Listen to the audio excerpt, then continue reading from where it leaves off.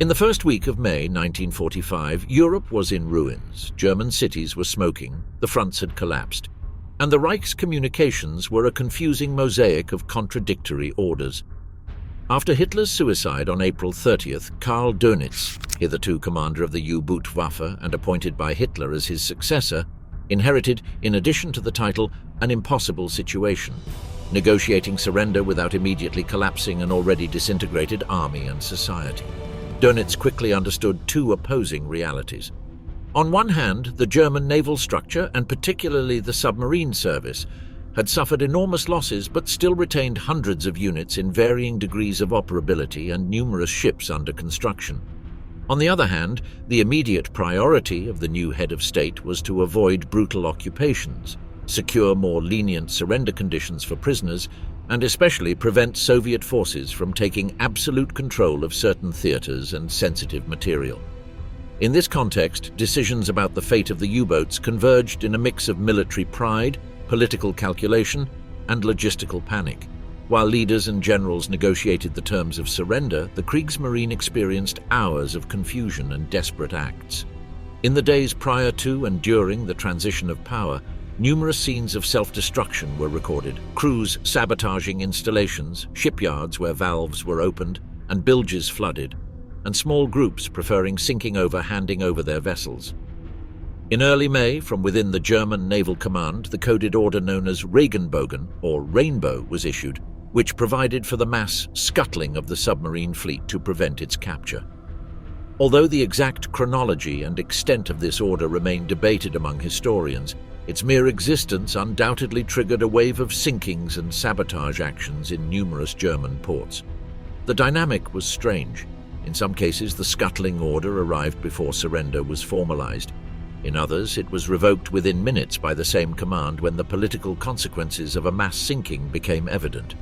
Dönitz, now in the uncertainty of an interim government surrounded by Allied armies, had to balance naval honor, that is, the idea of not handing over the fleet intact to the victors, with the practical need to forge surrender conditions that avoided indiscriminate reprisals and facilitated the return of millions of civilians and soldiers to daily life.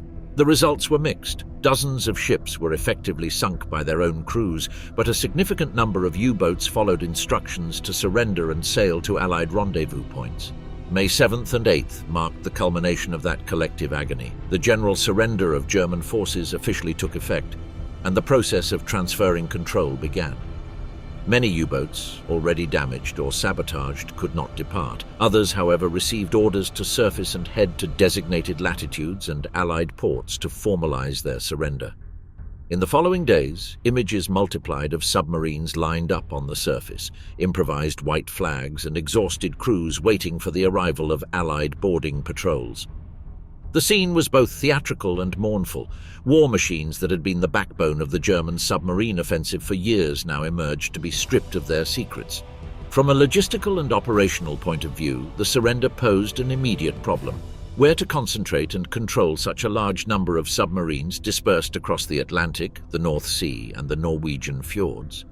The temporary solution involved concentrating them at relatively safe and accessible points for the Allied forces, among them the Scottish loch of Loch Erebol, where the first immediate deliveries and disarmaments were organized, the Lisa Halley enclave in Northern Ireland, which soon saw dozens of U-boats docked, and English ports such as Portland, which served as reception, inspection, and redistribution centers.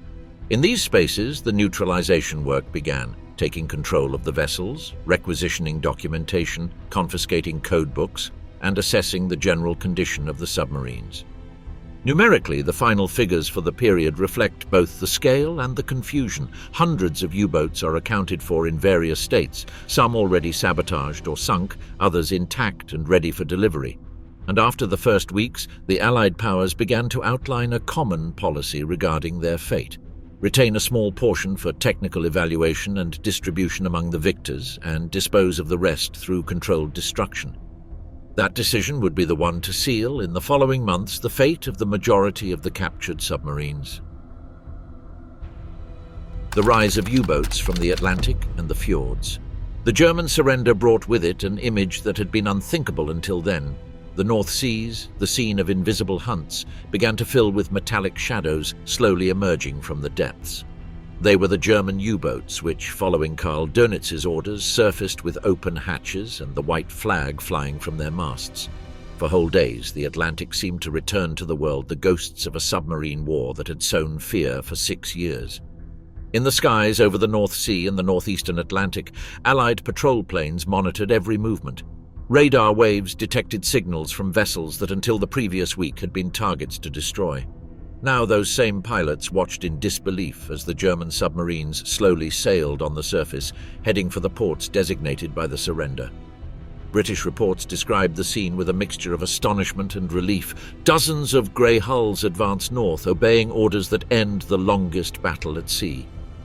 Many of these submarines came from the Norwegian fjords, where the Kriegsmarine had maintained hidden bases, workshops and fuel depots since 1944. Bergen, Trondheim and Narvik had become natural refuges under Allied air dominance. There, protected by cliffs and anti-torpedo nets, dozens of U-boats awaited a final offensive that never came. When Dönitz's orders were received, some commanders refused to believe them. They had sworn not to surrender and preferred to sink their ships rather than hand them over. However, the chain of command imposed discipline. Coded messages indicated that the war was over and that all resistance was pointless. The appearance of the U-boats on the surface was not an instantaneous process. Over the days following May 8th, they emerged from different points of the ocean and began to move in scattered columns toward the British and Scandinavian coasts. From Iceland to the Bay of Biscay, the Allied communications network was flooded with sighting reports. U-boat sailing with white flag north of the Hebrides, German submarine approaching Loch Erebol with crew on deck. In some cases, the submarines were escorted by Allied destroyers that intercepted them on the high seas. In others, they were allowed to proceed under strict air surveillance. The crews, exhausted, went on deck for the first time without fear of Atlantic hunters. Most had gone weeks without news from the Reich.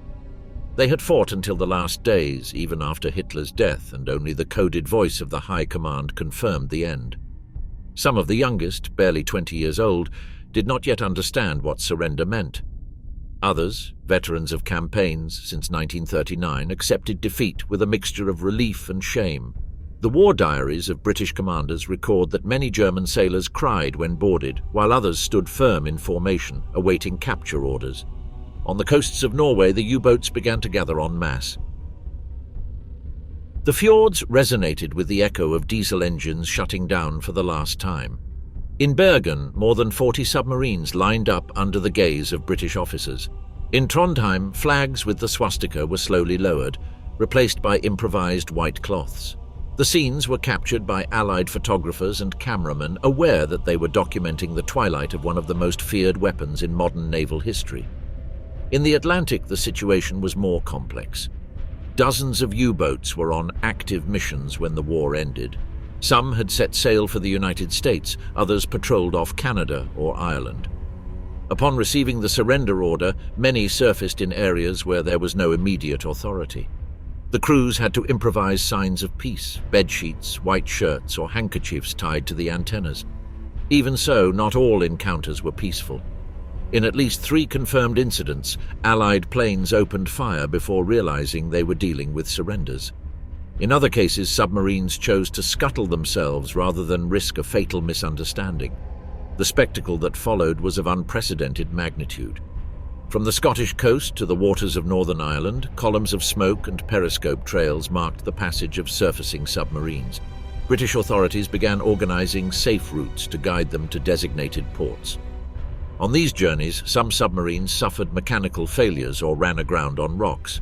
Allied destroyers had to tow them, and on more than one occasion German crews collaborated with their former enemies to avoid shipwrecks. Once the first groups reached solid ground, official reports described scenes of almost martial order. German sailors surrendered their weapons, lined up, and waited for transport to prisoner of war camps. Commanders in impeccable uniforms saluted British officers. In many cases, those officers were surprised by the discipline and composure with which the Germans accepted the end. The contrast was stark. Below deck, the submarines still smelled of diesel, dampness, and weeks of confinement. On deck, the war had ended. Meanwhile, the naval intelligence services of the victorious powers began closely monitoring the arrivals. Each U-boat represented a technical treasure: new alloys, advanced batteries, snorkel systems, stealth mechanisms, and construction plans. The most modern, that is, types 21 and 23, aroused particular interest. Unknowingly, the sailors delivering them were offering the keys to the future of submarine warfare. In the photographs taken during those days, a ghostly air can be perceived, dozens of hulls lined up, British officers inspecting torpedoes and periscopes, and German sailors standing, looking toward a horizon that no longer belonged to them. The war had ended, but the ocean still held its memory. Surrender ports: Loch Erebol, Lisa-Halle, and Portland. The dawn of May 10, 1945, found dozens of German submarines slowly sailing toward the northern coast of Scotland. On the horizon, mountains stood out against a grey sea, and the North Atlantic wind lashed the wet decks.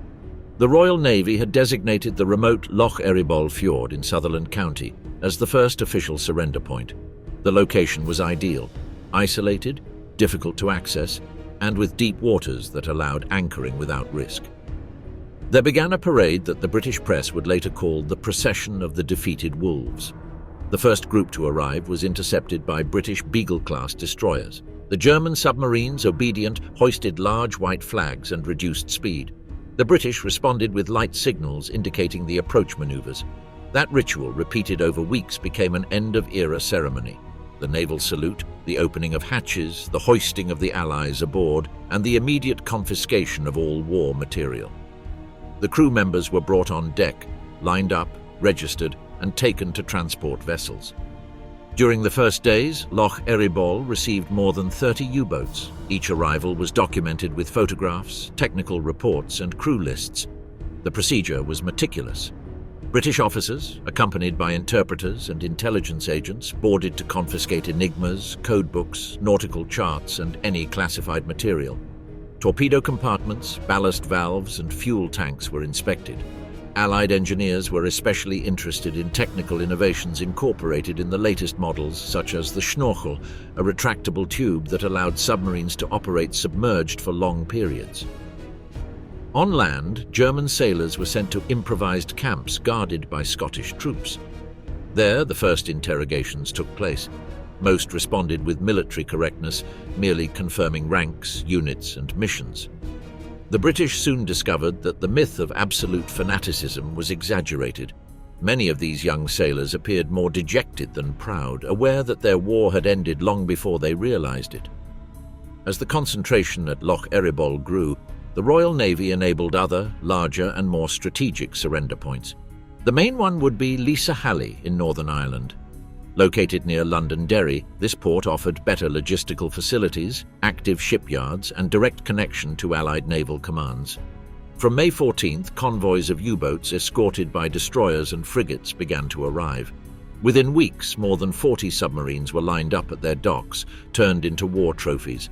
The arrival of the U-boats at Lisa-Halle was carefully planned for the press. The Royal Navy invited photographers, correspondents, and representatives of the Allied powers. Cameras captured the scene: dozens of metal hulls, white flags waving in the wind, and German crews disembarking silently. In a brief ceremony, British officers formally accepted the surrender of U-1009 and U-1235, two of the last submarines that had fought in the Atlantic. For Allied propaganda, that image symbolized the definitive end of German submarine warfare. In Lisa-Halle, the redistribution process also began. The most advanced submarines, especially types 21 and 23, were separated and examined by British and American naval engineers. Others were temporarily assigned to France, Norway, and the Soviet Union as part of agreements for the division of captured material. The older ones, however, were declared without strategic value and labelled for future destruction. Further south, Portland, on the English coast of Dorset, became the third major concentration centre.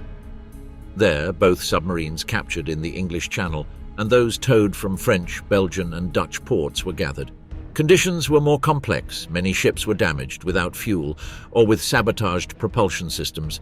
British engineers had to improvise minimal repairs to move them to inspection areas. The atmosphere in Portland was different from that in Scotland or Northern Ireland. That port, much more exposed, became an improvised museum of German defeat. Allied soldiers and sailors came to look, took photographs next to the Grey Wolf insignias, and even exchanged objects with prisoners. The tension between victors and vanquished had dissipated. Interest in the technology and the scale of the naval loot outweighed any desire for revenge. For the Allied officers, the logistical problem was becoming evident. Within days, the three main ports were saturated. Hundreds of German crew members required accommodation, food, and transport to prisoner-of-war camps. Dozens of submarines needed maintenance to prevent accidental sinkings, and each had to be inspected, recorded, and assigned a category. British reports from June 1945 mention more than 150 U-boats under direct custody, and as many more dispersed in different states of repair. Meanwhile, the Allied High Command began evaluating the strategic value of that unexpected arsenal. Differences between the United States, the United Kingdom, and the Soviet Union were already being felt. Each power sought to obtain its share of German knowledge. The British proposed destroying most of the units to prevent future conflicts. The Americans wanted to study them and copy their systems.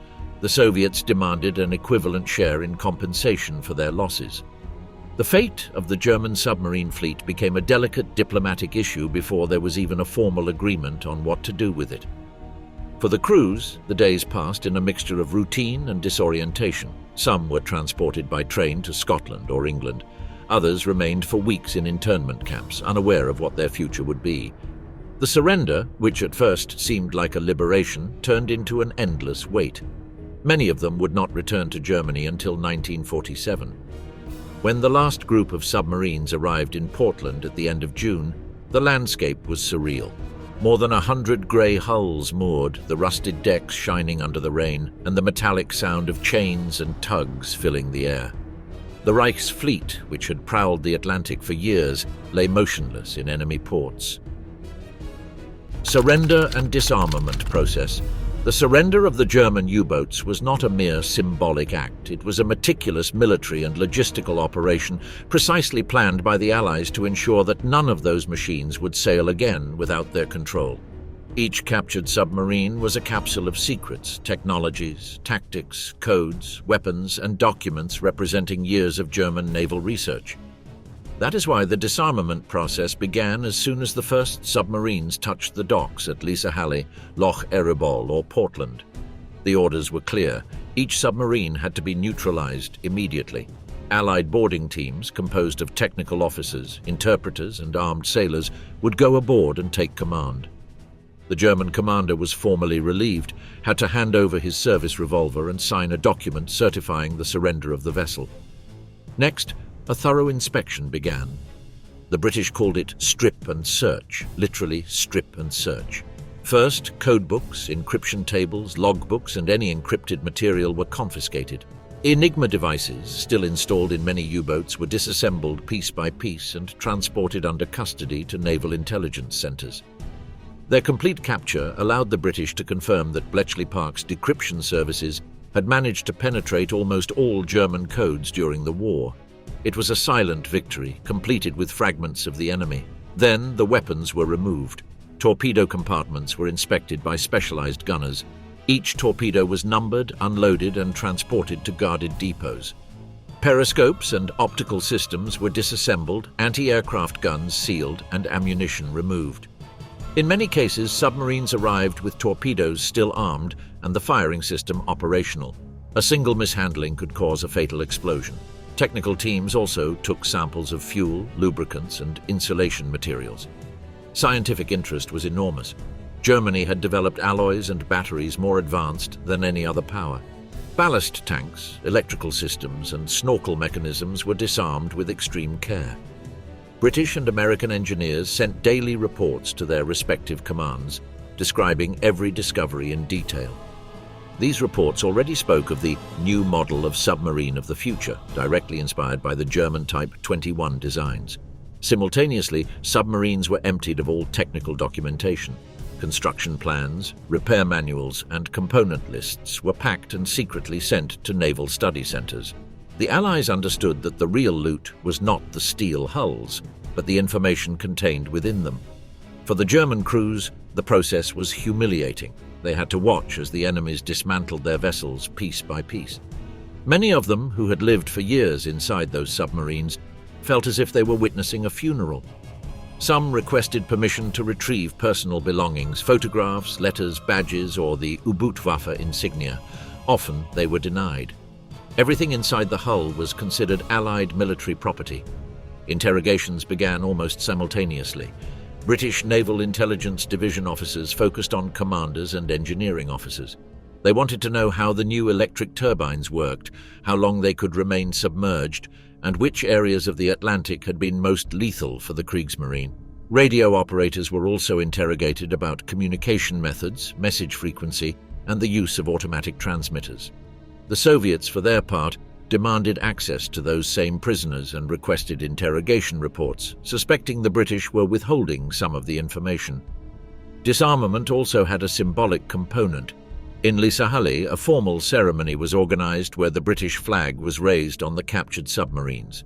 The German crews, lined up on deck, had to remain at attention while the Reich flag was lowered. Many sailors, unable to look, bowed their heads.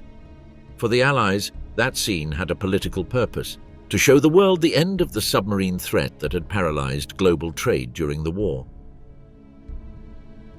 In the following days, the ports filled with debris and parts. Engines removed from the hulls, propellers lined up on the docks, torpedoes unloaded, and containers full of documents. It was the systematic dismantling of an entire fleet. In Portland, some submarines were towed out to sea to serve as artillery practice targets. In other cases, the hatches were simply sealed while awaiting the final decision of the Allied commands. The most advanced submarines, however, received different treatment. American and British engineers selected a few specimens to be transported to their countries. The U-505, captured intact in 1944, was already in the United States. Now, new models such as the U-2513 and U-3008 would be taken to American ports for study. The Soviets would do the same with the U-boats assigned as war reparations. The rest, for the most part, awaited an uncertain fate. By the end of the summer of 1945, the Royal Navy had completed the inventory. More than 150 submarines were in custody, dispersed across various British and Norwegian ports. Of these, barely 20 would be preserved for research. The rest were to be disposed of according to Allied directives. That ambiguous phrase would serve as the prelude to one of the largest and most secret naval operations of the post-war period. The situation of the German crews. On the British docks, silence replaced the roar of engines. Thousands of German sailors, freshly disembarked from their submarines, awaited orders under the watchful eyes of Allied soldiers. Their faces showed exhaustion, disbelief, and resignation. The war had ended, but for them, a new phase was just beginning, that of captivity. The surrender of the U-Boot-Waffe placed more than 15,000 crew members in Allied hands, scattered across Norway, Scotland, England, and Denmark. In the first weeks, the priority was to disarm them, register them, and distribute them. British authorities divided them according to rank and specialization. Commanders and officers would be interrogated by naval intelligence. Non-commissioned officers and ordinary sailors were sent to prisoner-of-war camps. In the initial chaos, many were transported by train without knowing their destination. The treatment they received was ambiguous. Formally, they were prisoners of war protected by the Geneva Convention. However, the resentment of Allied sailors toward the submariners was evident. For 6 years, the U-boats had sunk more than 2,700 Allied ships, and their mere silhouette evoked death. British and American guards knew that in front of them were the men who had paralyzed the Atlantic. Therefore, the reception process was carried out under extreme security measures, armed escorts, personal searches, and prolonged confinement. In the improvised camps of Scotland and Wales, the routine was monotonous. Prisoners were counted every morning, fed basic rations, and subjected to periodic interrogations.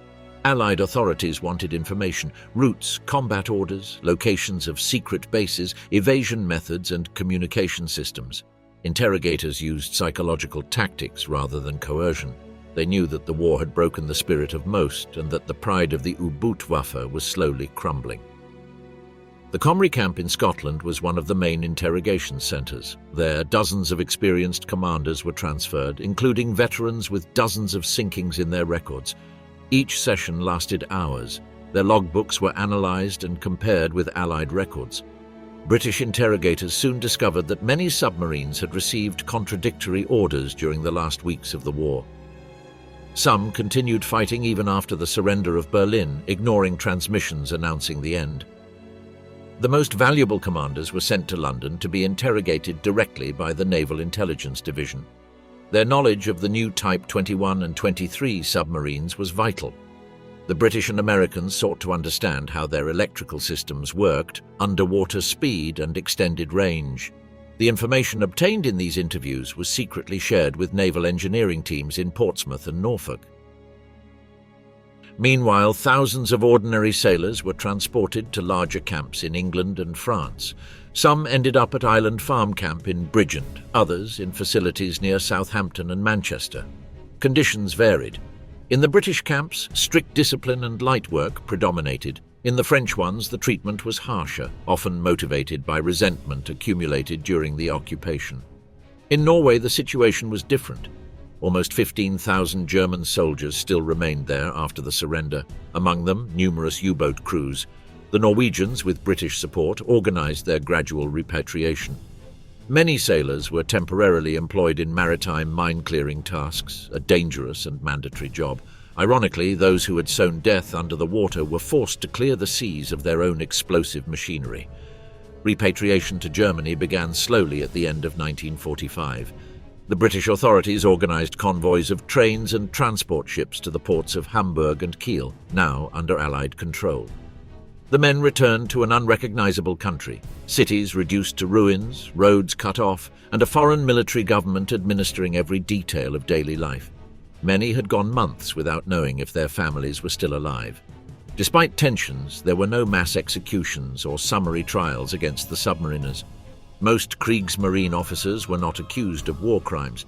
Unlike the SS or the Gestapo, the sailors were seen as conventional soldiers, not ideological executioners. However, some were tried for specific violations of maritime law, such as the sinking of hospital ships or the attack on shipwrecked sailors, although these cases were few and isolated. During their captivity, many German sailors were used as labour.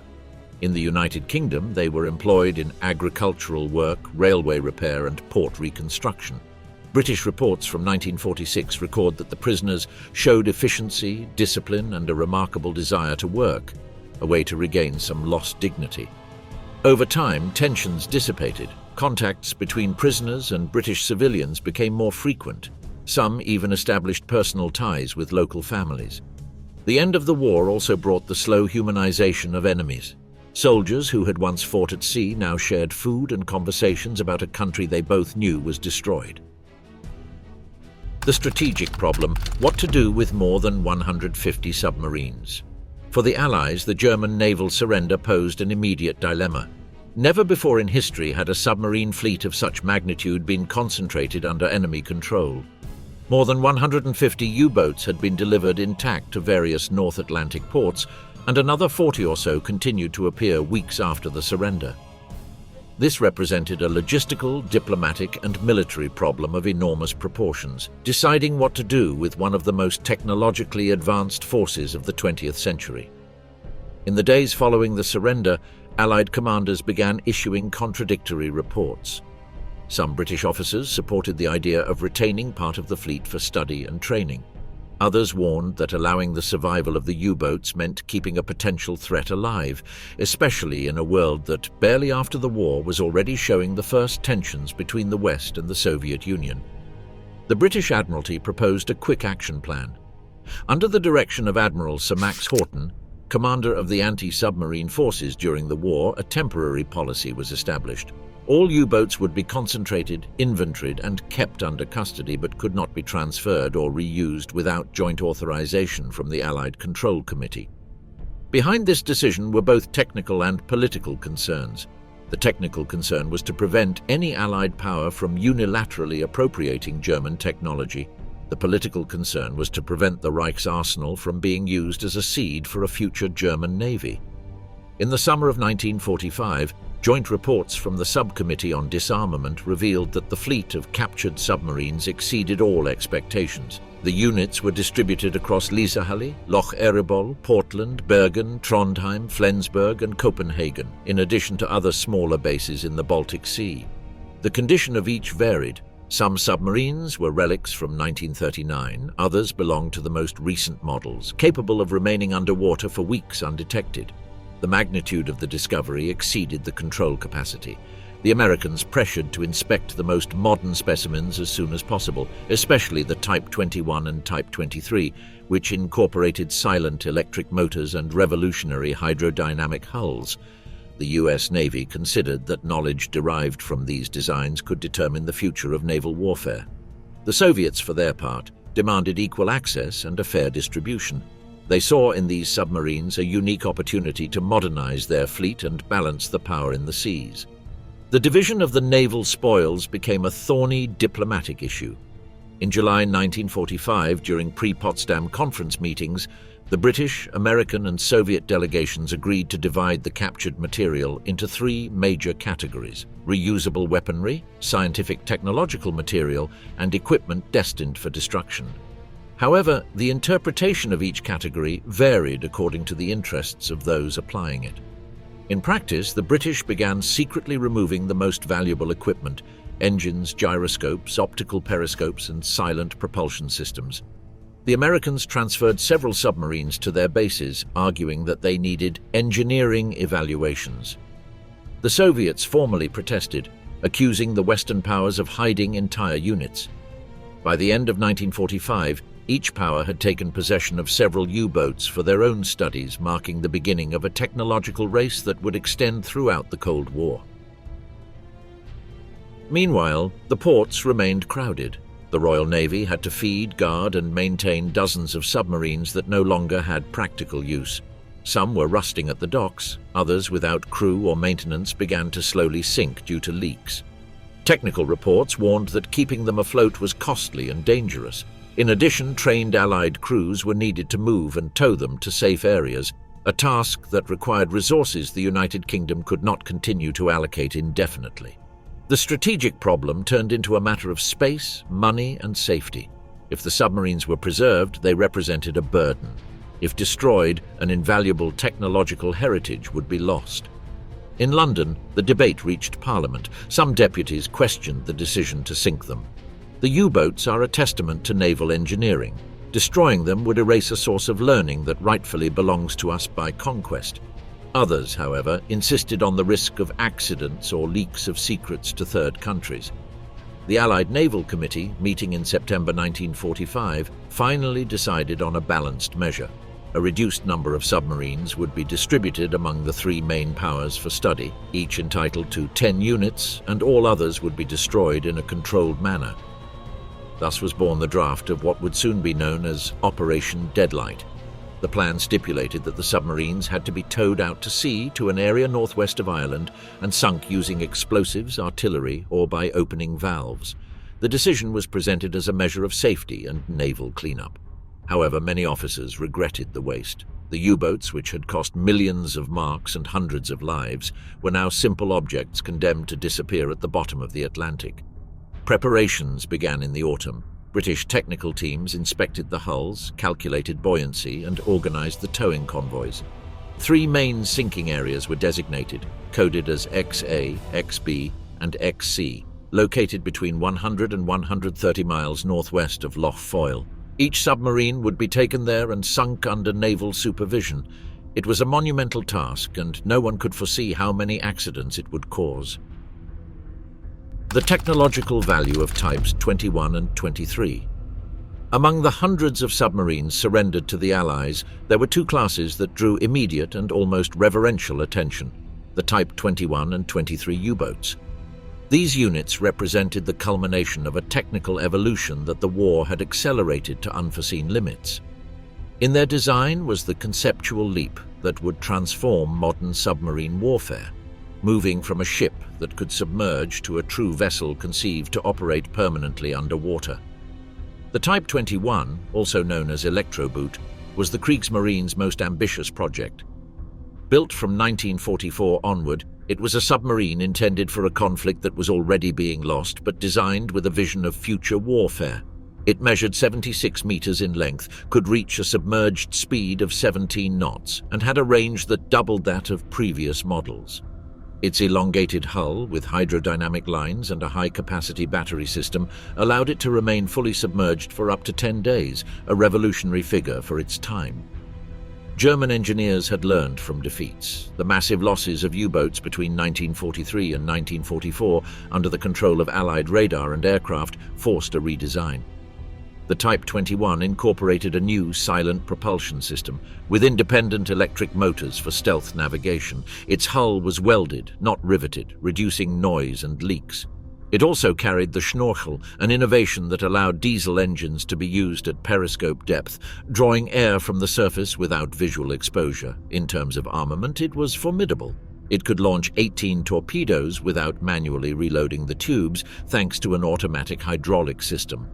This allowed it to fire 6 torpedoes in less than 20 seconds, unthinkable in earlier models. Its equipment included long-range passive sonar, radar, and precision optical periscopes, some made with Zeiss lenses that are still considered exemplary of optical engineering today. The smaller Type xxiii submarines were its coastal version. Designed to operate in enclosed seas such as the Baltic or North Sea, they measured only 34 meters in length and carried 2 torpedoes. They were agile, silent, and easy to mass-produce. Their modular construction, made in sections manufactured in different factories and assembled in central shipyards, was an innovation later adopted by both the United States and the Soviet Union. When the Allies inspected these models after the surrender, they immediately realized they were facing technology a decade ahead. No Allied submarine had reached such a level of underwater performance. The US Navy was particularly impressed.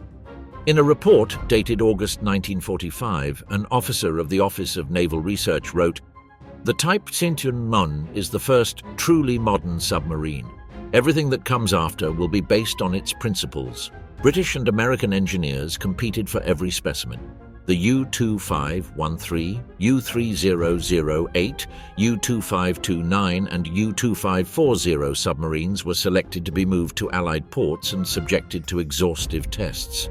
The U-2513, for example, would be taken to the United States, where future President Harry Truman would perform a symbolic dive in 1947 aboard a former enemy-turned-symbol of technological advancement. The Soviets did not lag behind. Through the division agreed upon in the Tripartite Commission of Potsdam, they received several Type 21 units and a large number of blueprints and components. The Soviet copy, known as Class W, Whiskey, would enter service in the late 1940s and become the backbone of their submarine fleet during the early years of the Cold War. German influence could be seen in every screw, every propeller, and every control system. Fascination with German engineering also extended to production methods. Type 21 U-boats were built in prefabricated sections that were assembled like a puzzle. This system, designed to accelerate production under Allied bombings, would later be adopted by the Americans in the construction of nuclear submarines. Documents captured in Hamburg and Kiel became reference manuals for naval engineers around the world. Beyond the technology, the psychological impact was equally profound. For Allied sailors who had fought for years against conventional U-boats, discovering that Germany had been on the verge of deploying a fleet of electric, undetectable long-range submarines was disturbing. Had the mass production of the Type 21, planned for over 150 units, been completed, the course of the war in the Atlantic might have changed. Despite its potential, only 2 Type 21 units conducted operational patrols before the end of the conflict, the U-2511 and the U-3008. Neither fired a single torpedo. When the surrender order arrived, both were ready to depart on missions in the Atlantic. The war ended just before their technological revolution began. For the Allies, however, that revolution was not lost. German technology was absorbed, copied, and improved. Type 21 concepts inspired the first American Tang-class and British Porpoise-class submarines, while the Soviets transformed them into the core of their naval strategy. In less than 5 years, the technical legacy of the Reich became the starting point of the new submarine era of the Cold War. In the Hamburg shipyards, among the rusted remains and empty workshops, the surviving German engineers watched as the Allies dismantled their masterpieces. The machines born from the Third Reich's desperation unknowingly became the universal model for all future fleets. The Allied decision, Operation Deadlight. In the autumn of 1945, the United Kingdom faced an unprecedented task: to dispose of more than 100 captured German submarines, an uncomfortable legacy of the collapse of the Third Reich. The ports of Scotland and Northern Ireland were crowded with immobile U-boats without crews and with hulls beginning to deteriorate. Keeping them posed a risk, but destroying them was not an easy task. It was then that the Royal Navy approved the execution of an operation that would seal the fate of the German submarine fleet, Operation Deadlight. The name, chosen for its somber tone, was not accidental. Deadlight meant dead light, an exact metaphor for the end of the machinery that for 6 years had sunk the heart of the Atlantic. The objective was simple in formulation, but monumental in execution: tow all captured German submarines to a designated area in the high seas, northwest of Ireland, and sink them there in a controlled manner. The plan was conceived by the British Admiralty and approved in November 1945. The operation would extend over months and would be managed by the Submarine Disposal Committee, a special unit created to organize the disarmament and disposal of the Reich's vessels. The Allies had decided to keep a small number of U-boats for analysis, approximately 30, distributed among the United States, the USSR, and the United Kingdom. But all others had to disappear. The reasons were multiple. First, it was a symbolic act to permanently eliminate the fleet that had caused more than 30,000 Allied casualties and paralyzed maritime trade. Second, there were strategic reasons. The British feared that rising tensions with the Soviet Union could lead to a naval race to seize the German submarines. Finally, there was a practical reason. Keeping so many rusted hulls afloat implied an environmental and safety risk. The chosen sinking area was located between 120 and 130 miles northwest of Loch Foyle in the North Atlantic. There, depths exceeded 2,000 meters, sufficient to ensure that no submarine could be recovered. The British divided the area into 3 sections: XA, XB, and XC, each assigned to a group of ships. In total, the operation involved the sinking of 116 submarines between late 1945 and mid-1946. The procedure was standardized, although the practice turned out to be chaotic. The submarines were towed from Lisahalle, Loch Ryan, and other northern ports. Most were in poor condition, without functional engines, with leaks and corroded decks. Many could barely stay afloat. Allied tugs, mainly British and Polish, advanced slowly through the rough sea, dragging behind them the grey hulls of the former predators of the Atlantic. Once the designated area was reached, the submarines were sunk in different ways. Some were sent to the bottom by artillery fire. British destroyer guns fired until the hulls were pierced. Others were destroyed by controlled explosions with charges placed inside. In many cases, the ballast valves were simply opened, and they were allowed to sink under their own weight.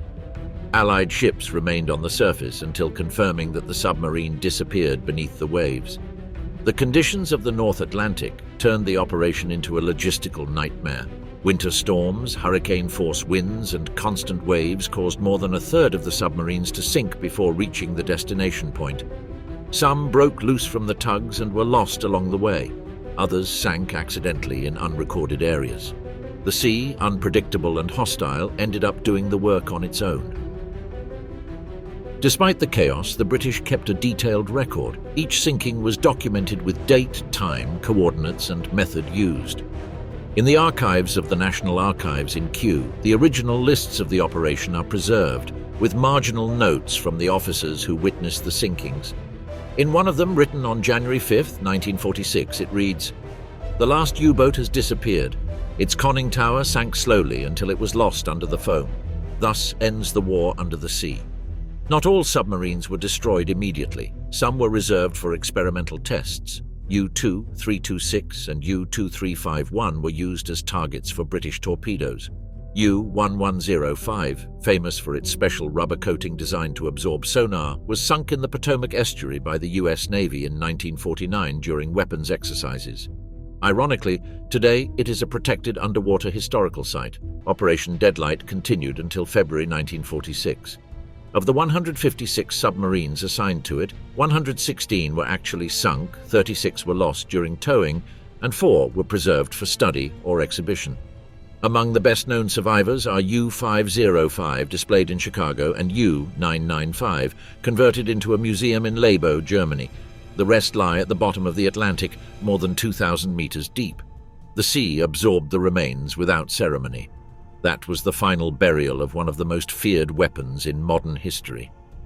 In the following decades, divers and marine archaeologists would discover the Deadlight underwater cemeteries, rows of rusted hulls, conning towers covered with algae, and compasses still intact under eternal darkness. There lie the ghosts of the Reich's submarine war, scattered in the silence of the depths. The logistics of massive sinking. Operation Deadlight had been conceived as a precise technical task, but it soon became an epic operation of improvisation, risk, and attrition. Towing more than 100 German submarines, many in deplorable condition, through the winter waters of the North Atlantic was a challenge bordering on the impossible. The Royal Navy knew this, but political urgency outweighed maritime prudence. The last symbol of Nazi power had to be erased from the seas, and quickly. The U-boats were scattered across several points: Lisahalle, Loch Ryan, Portland, and some Norwegian ports. Each submarine had to be inspected, sealed, and prepared for a journey of up to 200 miles westward to the designated sinking point. The procedure was organized as if it were a fleet on campaign. The British formed towing convoys, in which each destroyer or support ship was to pull 2 or 3 submarines at a time. Behind them, an escort of frigates and corvettes secured the perimeter against any accidents or losses. However, reality was far more chaotic. The submarines, abandoned for months, had leaks in the ballast tanks, cracks in the welds, and structural damage that made keeping them afloat difficult. Many lacked the power to operate pumps or stabilizers, so any strong waves could capsize them. The exhausted British tugs, worn out by years of war, had to move at minimal speeds to prevent the tow lines from breaking. Weather was the main enemy. In November 1945, the first winter storms hit the North Atlantic. Winds raised waves over 8 meters high, and the towing cables made of braided steel were stretched to their limit. Royal Navy records describe dramatic scenes: submarines spinning out of control, tow lines snapping, and sailors cutting ropes in the dead of night to save their own vessels. On more than one occasion, submarines sank before reaching the designated area, disappearing without a trace. One of the most remembered cases was that of U-3514, towed from Loch Ryan in December. During a storm, the cable broke, leaving the submarine adrift. Waves struck it until a crack opened in the hull, and the U-boat slowly sank while its conning tower disappeared in the foam. The exact coordinates were never recorded. Allied reports mention that more than a third of the submarines intended for the operation never reached the planned sinking point. Some sank accidentally during the journey, others were abandoned when tow lines snapped in the storm. In these cases, the Royal Navy simply noted "lost under tow." The sea made its own selection. Moreover, the process was dangerous for the Allied crews. The German submarines still contained fuel remnants, ammunition, and inactive torpedoes. In several incidents, internal explosions damaged the tugs. In one episode off the Hebrides, a residual torpedo detonated inside a U-boat while being towed, destroying it completely and injuring several British sailors. Despite this, the operation continued without interruption. The schedule had to be followed before the weather worsened. The sinking ritual followed a strict protocol. Once submarines reached the designated area, British boarding teams inspected the hulls one last time. Hatches were opened, periscopes removed, and demolition charges prepared. When everything was ready, 3 siren blasts were sounded, and Allied destroyers opened fire with naval artillery. The echo of the guns spread across the sea, followed by the metallic sound of plates yielding. The U-boats slowly listed, sank bow or stern first, and disappeared within minutes. The scale of the operation required thorough documentation. Each sinking had to be confirmed by observers on board and reported to Royal Navy Command. The final document, signed in February 1946, detailed 116 confirmed sinkings with precise coordinates for each point. However, officers' notes revealed constant improvisation. "The sea took them before we could," wrote a lieutenant in his diary, referring to 3 U-boats lost off Donegal. As the weeks went by, the remnants of the German fleet began to disappear beneath the Atlantic. The TOWs, one by one, were completing their mission. From the skies, British patrol planes observed the columns of foam that marked each sinking. At the coastal bases, telegraph operators recorded the coordinates with cold precision, as if it were an industrial inventory and not the burial of an entire fleet.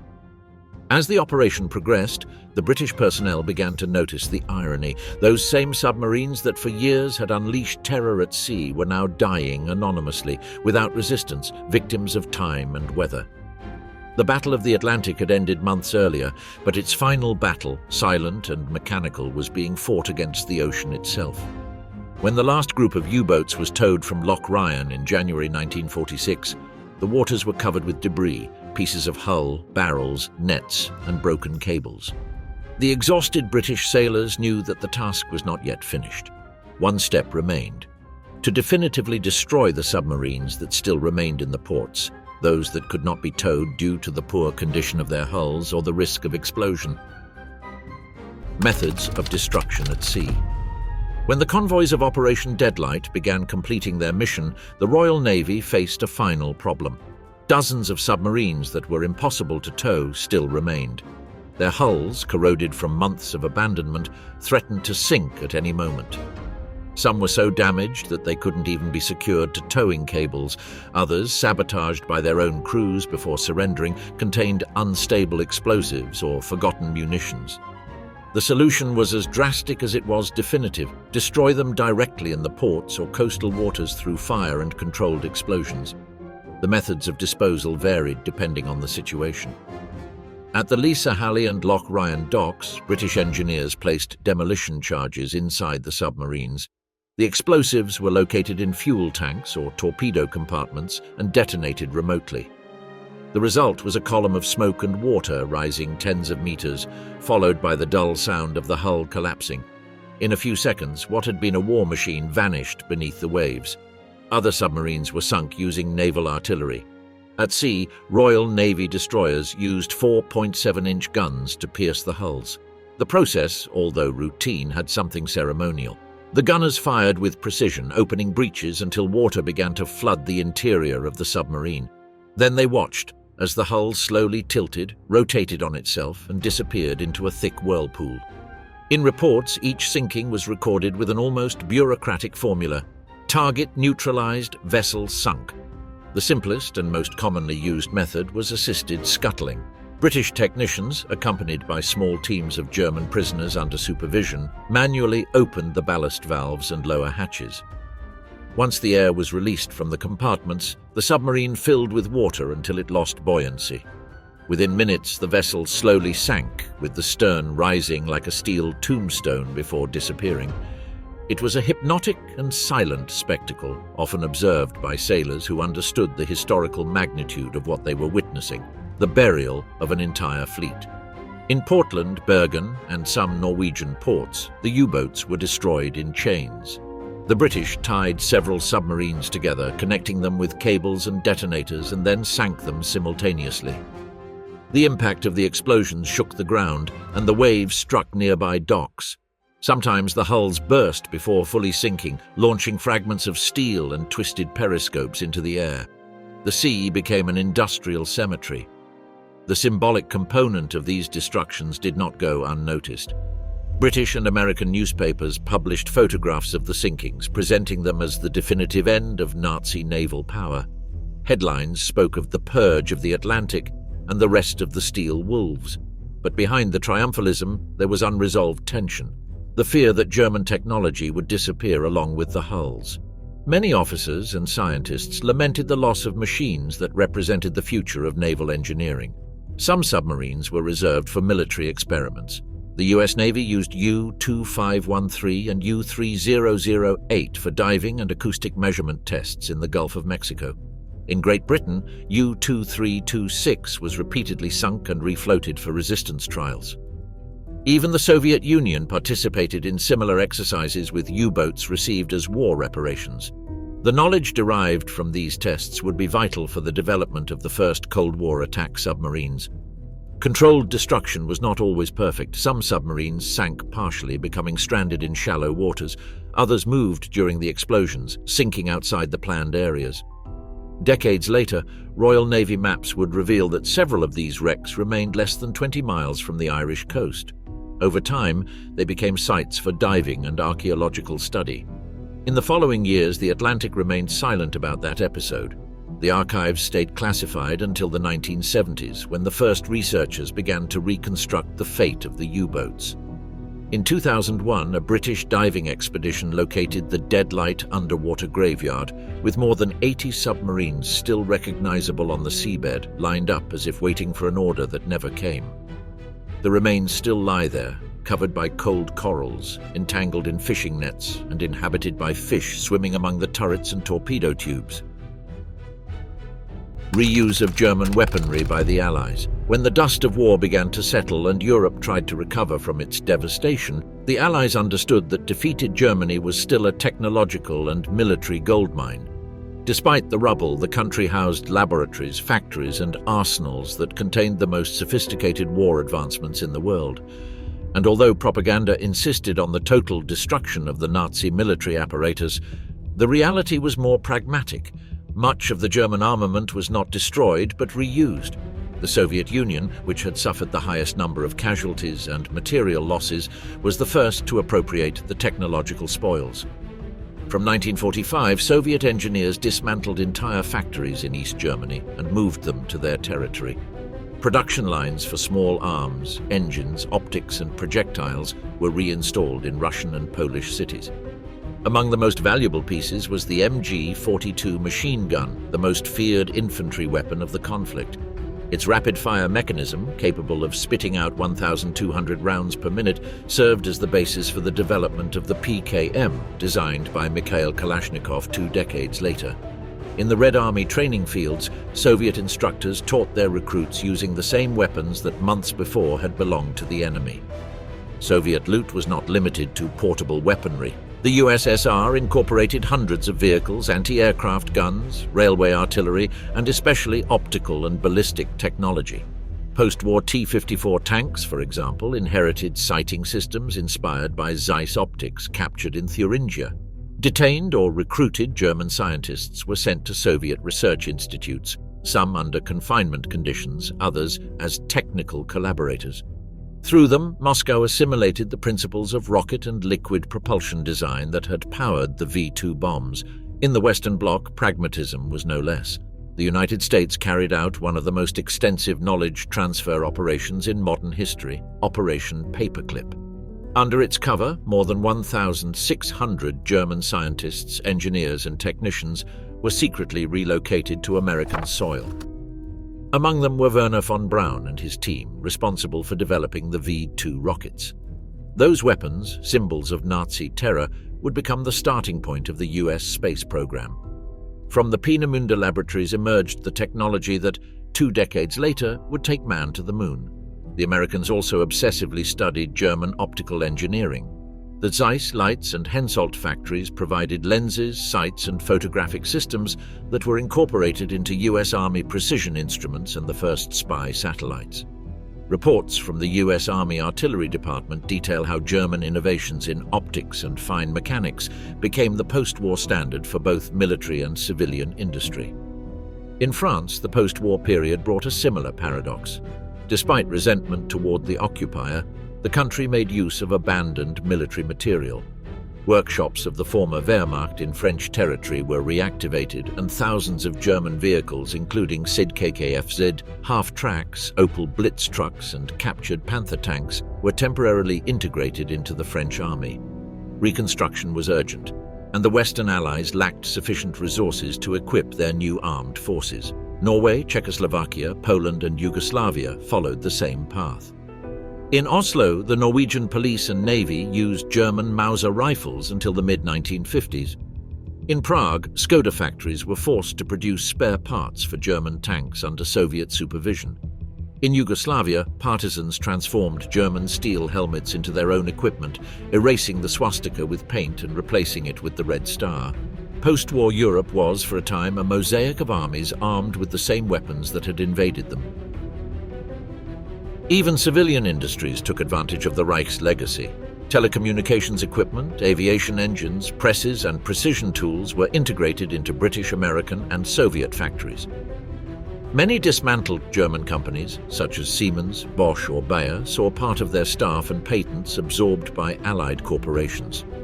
German scientific knowledge, considered among the most advanced in the world, became the foundation for the industrial reconstruction of both blocs. The exploitation of German spoils also extended to cultural and academic fields. Thousands of technical documents were translated and distributed among universities and military academies. In Washington, the Naval Research Laboratory devoted years to studying the design manuals of Type 21 U-boats, considered the most advanced model ever built.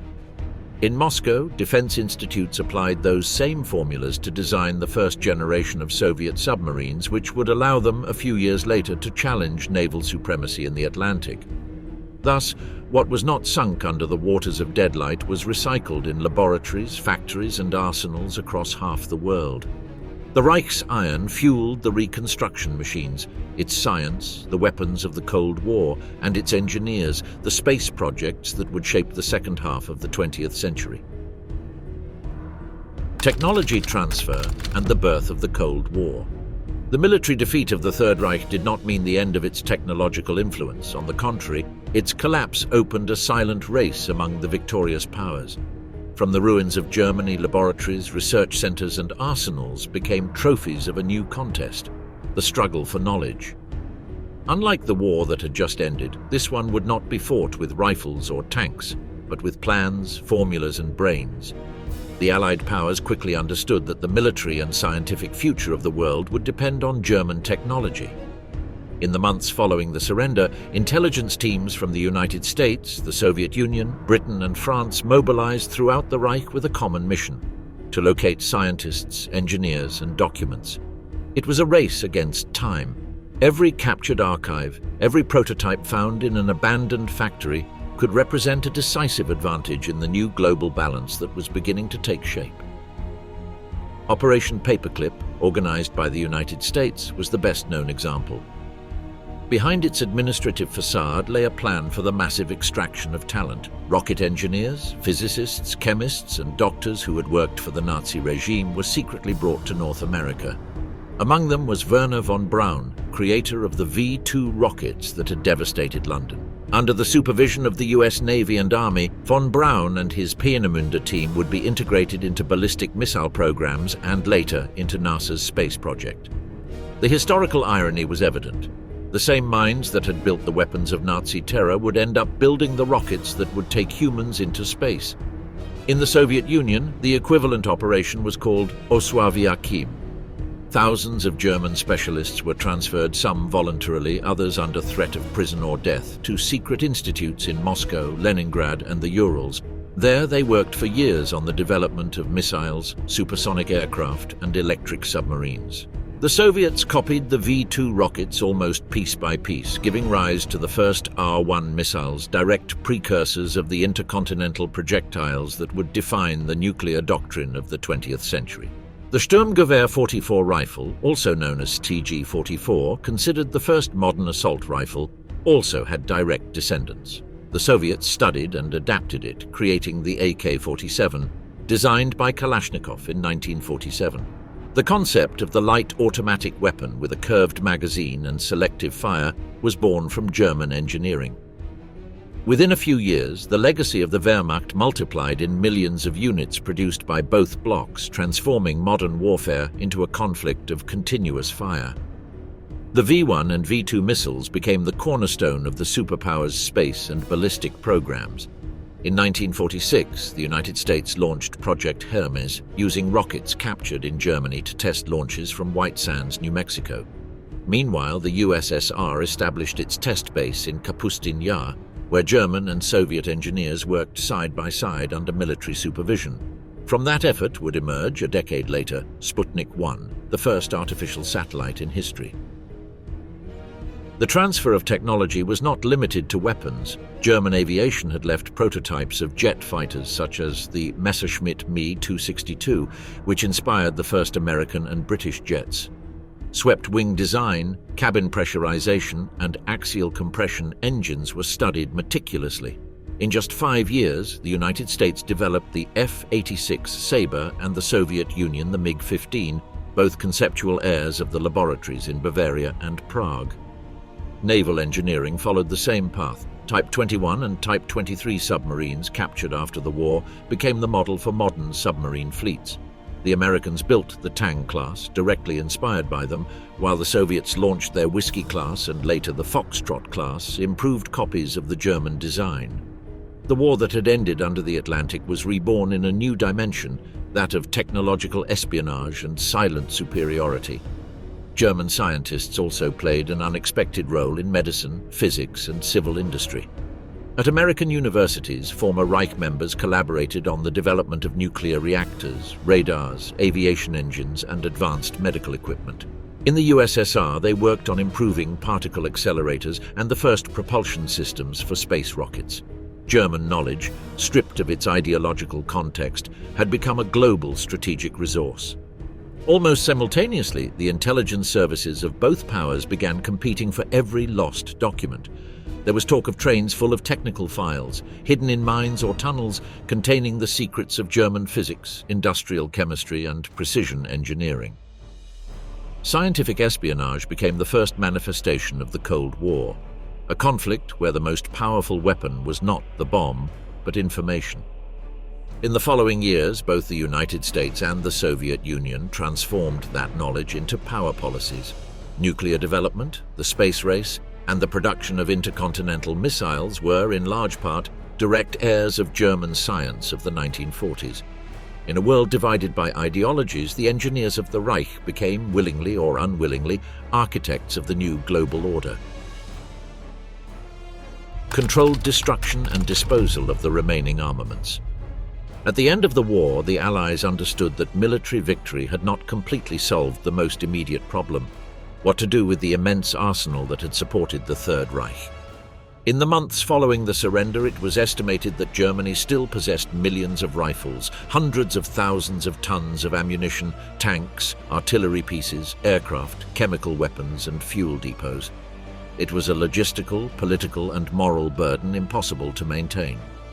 The reconstruction of the continent required eliminating that material legacy before it could become a threat or a symbol of power for the national socialist movements that still survived clandestinely. In 1946, the phase of controlled destruction began. The British Army, the US administration, and the Soviet command coordinated collection and disarmament operations throughout German territory. Weapons factories were closed, militarized workshops dismantled, and ammunition depots sealed under strict supervision. In rural areas, the civilian population collaborated, sometimes compulsorily, in collecting helmets, rifles, and grenades. The mountains of steel piled up in the yards of former bases, forming surreal landscapes where the remains of the Nazi army were melted or blown up. The fate of this material varied according to its value. Light weapons such as Mauser rifles, Luger pistols, and the expensive MG-34 and MG-42 machine guns were melted in steel mills or reused as industrial scrap. Many helmets and bayonets were recycled for civil reconstruction, converted into tools, machinery, or railway parts. Tanks and armored vehicles, for their part, were destroyed or used as shooting targets in Allied military exercises.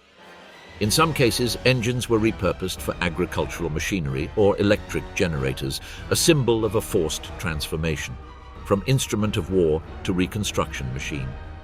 Heavy artillery was treated with more complex procedures. Railway guns, some weighing tens of tons, were cut with industrial torches and transported in parts to foundries. The British Royal Engineers documented the demolition of the gigantic Schwerer Gustav, the largest gun in the world, whose remains were reduced to fragments of steel in Saxony. On the Eastern Front, the Soviets dynamited entire positions, detonating entire artillery depots before withdrawing. A darker part of the process involved handling chemical weapons. Germany had accumulated enormous amounts of mustard gas, tabun, and phosgene stored in cylinders and shells. Unable to destroy them completely on land, the Allies adopted an emergency measure, dumping the containers into the sea. Thousands of tons of chemical agents were deposited in the Baltic Sea, the North Sea, and deep areas of the Atlantic. Official British and Soviet records estimate that more than 300,000 tons of toxic munitions were sunk between 1946 and 1948. Decades later, the corrosion of the containers would release hazardous substances, causing severe ecological damage that persists to this day. At the same time, ammunition depots hidden in tunnels and mines were eliminated. Allied engineers used explosives to seal them and prevent looting. In some cases, the detonations caused collapses that destroyed nearby towns. In Bavaria, an accidental explosion in 1947 leveled the old Mühldorf arsenal, causing dozens of deaths. Even so, the priority remained the complete eradication of Reich weaponry.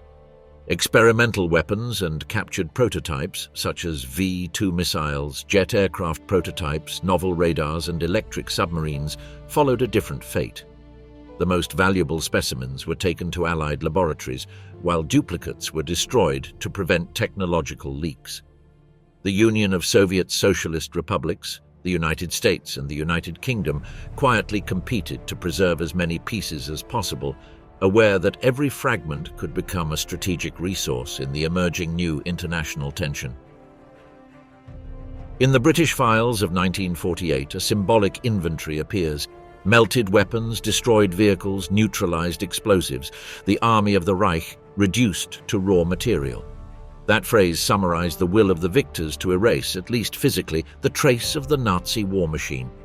But the molten steel of German weapons reappeared in other forms, in the railway tracks that rebuilt Europe, in the structures of new buildings, and even in the hulls of warships that would dominate the next era of global confrontation. The destruction of armament also marked the symbolic end of the Wehrmacht. In the occupied zones, dissolution ceremonies were held without public or honors. Officers and captured soldiers were repatriated, insignia burned, and files classified under Allied custody.